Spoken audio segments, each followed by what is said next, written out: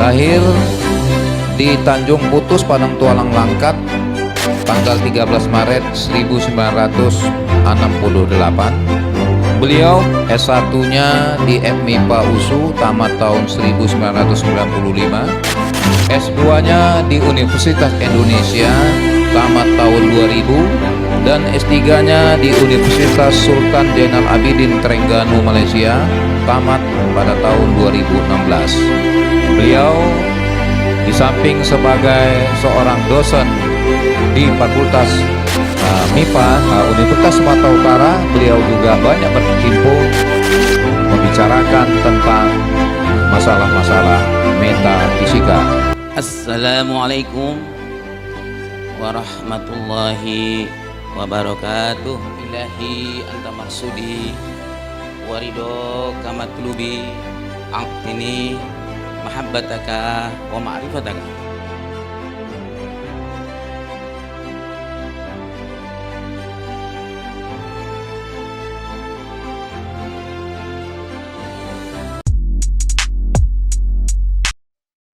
Assalamualaikum warahmatullahi wabarakatuh. Perkenalkan, nama saya Febri Fadila dengan NIM 210801077, Fakultas MIPA, Prodi S1 Fisika.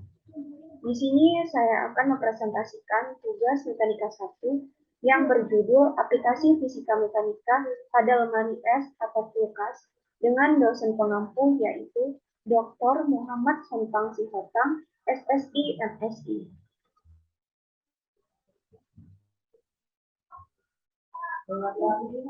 Definisi fisika mekanika. Mekanika merupakan salah satu cabang ilmu fisika yang mempelajari tentang gerak yang bekerja pada benda. Mekanika terbagi atas sub-sub pokok materi yang terdiri dari statistika yang mempelajari benda diam, kinematika yang mempelajari benda bergerak, dan dinamika yang mempelajari benda yang terpengaruh oleh gaya. Mekanika juga merupakan jenis ilmu yang mempelajari fungsi dan pelaksanaan mesin, alat atau benda yang seperti mesin. Mekanika juga berarti ilmu pengetahuan yang mempelajari gaya, gerak suatu benda, serta efek dari gaya yang dihasilkannya. Definisi lemari es atau kulkas.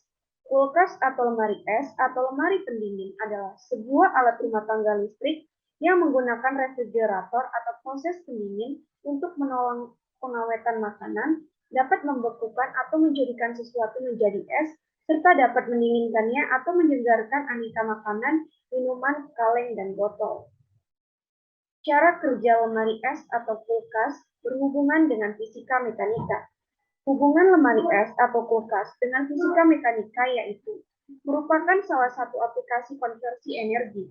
Energi listrik dikonversi menjadi energi mekanik pada motor listrik. Ini menyebabkan motor listrik bekerja pada pompa yang bekerja sehingga tekanan menjadi rendah, akibatnya temperatur menjadi dingin. Ini mengubah energi mekanik menjadi energi panas atau pendingin. Hubungan lemari es atau kulkas dengan fisika mekanika. Mesin pendingin memiliki arah aliran kalor yang berbeda dengan mesin kalor. Pada mesin pendingin, kalor mengalir dari reservoir bersuhu rendah menuju reservoir bersuhu tinggi. Proses ini hanya dapat berlangsung jika diberikan kerja dari luar, karena kalor tidak dapat mengalir secara spontan dari tempat bersuhu tinggi. Dengan sistem aliran kalor semacam ini, maka suhu reservoir dingin akan semakin dingin. Jadi, hubungan lemari es atau kulkas dengan fisika mekanika yaitu terdapat pada mesin-mesin yang bekerja di dalam kulkas, karena pengertian mekanika sendiri adalah ilmu yang mempelajari fungsi dan pelaksanaan pada mesin. Hubungan lemari es kulkas dengan fisika mekanika juga. Agar gas dalam mesin pendingin dapat melakukan proses siklus terus-menerus, maka gas tersebut harus didorong dari reservoir bersuhu rendah ke reservoir bersuhu tinggi. Untuk itu, perlu ada mesin yang mendapatkan energi dari luar.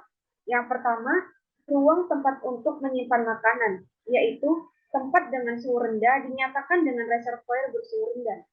Yang kedua, udara di tempat pembuangan panas atau biasanya di belakang kulkas dinyatakan dengan reservoir bersuhu tinggi.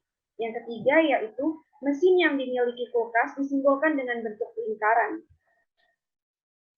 Berikut merupakan komponen-komponen penyusun pada kulkas. Yang pertama itu ada kompresor, yang kedua ada kondensor, yang ketiga filter, yang keempat ada evaporator, yang kelima ada termostat, yang keenam ada heater, yang ketujuh ada fan motor, yang kedelapan ada overload motor protector, dan yang kesembilan ada refrigeran. Berikut penjelasan dari komponen-komponen penyusun pada kulkas. Yang pertama, kompresor. Kompresor merupakan bagian terpenting di dalam kulkas. Kompresor berfungsi memompa bahan pendingin ke seluruh bagian kulkas. Yang kedua, kondensor. Kondensor adalah alat penukar kalor untuk mengubah wujud gas bahan pendingin pada suhu dan tekanan tinggi menjadi wujud cair. Yang ketiga itu ada filter. Filter atau saringan berguna menyaring kotoran yang mungkin terbawa aliran bahan pendingin setelah melakukan sirkulasi, sehingga tidak masuk kompresor dan pipa kapiler. Yang keempat ada evaporator. Evaporator berfungsi menyerap panas dari benda yang dimasukkan ke dalam kulkas. Yang kelima, termostat. Termostat berfungsi mengatur kerja kompresor secara otomatis berdasarkan batasan suhu setiap bagian kulkas. Yang keenam itu ada heater atau pemanas. Pemanas atau heater berfungsi mencairkan bunga es yang terdapat di evaporator. Selain itu, pemanas dapat mencegah terjadinya penimbunan bunga es pada bagian rak es dan rak penyimpan buah di bawah rak es. Yang ketujuh yaitu ada fan motor. Fan motor atau kipas angin berguna untuk menghembuskan angin. Yang kedelapan, overload motor protector.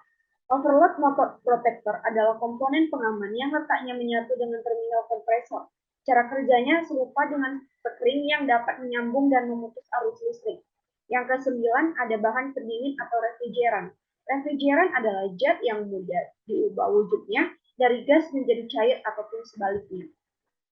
Berikut merupakan sistem kerja pada kulkas secara umum. Sistem kerja lemari es dimulai dari bagian kompresor sebagai jantung kulkas yang berfungsi sebagai tenaga penggerak. Pada saat dialiri listrik, motor kompresor akan berputar dan memberikan tekanan pada bahan pendingin. Bahan pendingin yang berwujud gas apabila diberi tekanan akan menjadi gas yang bertekanan dan bersuhu tinggi. Dengan wujud seperti itu, memungkinkan refrigeran mengalir menuju kondensor. Pada titik kondensasi, gas tersebut akan mengembun dan kembali menjadi wujud cair. Refrigeran cair bertekanan tinggi akan terdorong menuju pipa kapiler. Dengan begitu, refrigeran akan naik ke evaporator akibat tekanan kapilaritas yang dimiliki oleh pipa kapiler. Saat berada di dalam evaporator, refrigeran cair akan menguap dan wujudnya kembali menjadi gas yang memiliki tekanan dan suhu yang sangat rendah. Akibatnya, udara yang terjebak di antara evaporator menjadi bersuhu rendah dan akhirnya terkondensasi menjadi wujud cair. Pada kondisi yang berulang, memungkinkan udara tersebut membeku menjadi butiran-butiran es.